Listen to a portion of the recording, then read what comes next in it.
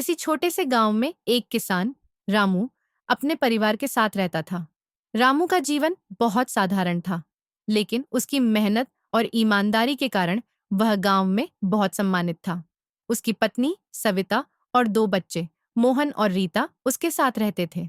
रामू का खेत छोटा था, लेकिन वह हर दिन मेहनत करता था ताकि अपने परिवार को अच्छे से पाल सके। रामू की सबसे बड़ी चिंता उसके बच्चों की पढ़ाई थी। वह चाहता था कि उसके बच्चे अच्छे स्कूल में पढ़ें और उनका भविष्य उज्जवल हो, लेकिन उसकी आर्थिक स्थिति इतनी मजबूत नहीं थी कि वह बच्चों को अच्छे स्कूल भेज सके।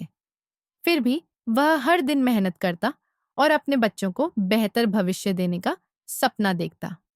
एक दिन गांव में एक बड़ा मेला हुआ।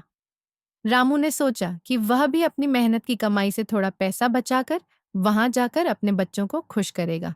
वह मेला देखने गया और वहां एक नई तकनीक के कृषि उपकरणों का प्रदर्शन हो रहा था। रामू ने देखा कि किस तरह से ये उपकरण किसानों के काम को आसान बना सकते थे। उसने मन ही मन तय किया कि वह इन उपकरणों को खरीदेगा, लेकिन उसके पास पैसे नहीं थे। रामू ने अगले कुछ महीनों में खेतों में और मेहनत करना शुरू किया ताकि वह उस उपकरण के लिए पैसे जुटा सके। लेकिन अचानक एक दिन गांव में बाढ़ आ गई। रामू का खेत पूरी तरह से जलमग्न हो गया। उसकी सारी मेहनत पानी में बह गई।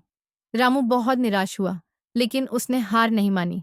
वह जानता था कि अगर उसे अपने परिवार का भविष्य संवारना है तो उसे और मेहनत करनी होगी। कुछ दिन बाद गांव में एक बड़ा व्यापारिक व्यक्ति आया जो किसानों को उधारी पर पैसे देने का प्रस्ताव कर रहा था। रामू ने सोचा कि यह उसके लिए एक अच्छा मौका हो सकता है।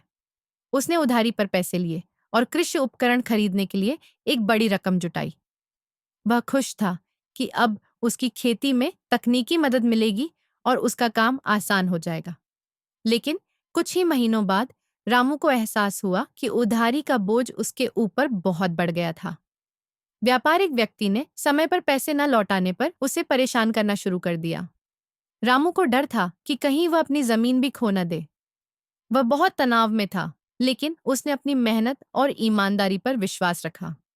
एक दिन रामू के खेत में कुछ अजनबी लोग आए। वे एक बड़ी कंपनी से थे और उन्होंने रामू की जमीन को एक बड़े प्रोजेक्ट के लिए खरीदने का प्रस्ताव दिया। वे उसे बहुत अच्छा दाम देने को तैयार थे। रामू को लगा कि अब उसकी परेशानियां खत्म हो सकती हैं, लेकिन उसके मन में एक सवाल था, क्या उसे अपनी जमीन बेचनी चाहिए? रामू ने अपनी पत्नी सविता से इस बारे में बात की। सविता ने कहा, रामू, यह हमारी जमीन है, हमारी पहचान है। हम इसे बेचकर क्या करेंगे? रामू ने सोचा और फिर उसने उस प्रस्ताव को ठुकरा दिया। उसने सोचा कि अगर वह अपनी जमीन बेचकर कुछ भी करेगा, तो उसका परिवार और उसकी पहचान खो देगा। रामू ने फिर से अपने खेत पर काम करना शुरू किया। इस बार उसने कुछ नया किया। उसने प्राकृतिक खेती अपनाई और जैविक खाद्य का उपयोग करना शुरू किया। धीरे धीरे उसकी फसल में सुधार होने लगा। उसका खेत पहले की तुलना में कहीं ज्यादा उपजाऊ हो गया।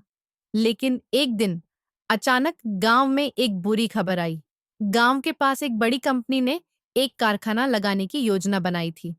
इसके लिए गांव के बहुत सारे खेतों को अधिग्रहित किया जाना था। रामू के खेत भी इस योजना में थे। रामू को डर था कि कहीं उसकी मेहनत फिर से बेकार ना हो जाए। रामू ने एक बार फिर से अपनी जमीन को बेचने का प्रस्ताव स्वीकार किया, लेकिन इस बार उसने एक शर्त रखी। मैं अपनी जमीन तभी बेचूंगा जब मेरे बच्चों को अच्छे स्कूल में शिक्षा मिलेगी और गांव में एक स्कूल खुलेगा। कंपनी ने उसकी शर्त मान ली। रामू की मेहनत और संघर्ष ने उसकी जिंदगी बदल दी। उसके बच्चों को अच्छे स्कूल में दाखिला मिला और गांव में एक नया स्कूल भी खुला। रामू ने अपनी जमीन बेचने के बाद भी अपना परिवार संभाल लिया और अब वह खुशी से अपने बच्चों के उज्जवल भविष्य के लिए काम कर रहा था। The moral of the story is किस्मत का मोड़ हमें यह सिखाता है कि जीवन में संघर्ष और मेहनत कभी बेकार नहीं जाती। चाहे हालात कितने भी कठिन हो, अगर हमारी मेहनत और ईमानदारी सच्ची हो तो एक दिन हमें सफलता जरूर मिलती है। रामू ने अपनी जमीन, परिवार और बच्चों के भविष्य के लिए सही फैसले किए और अंततः वह अपने सपनों को पूरा करने में सफल रहा।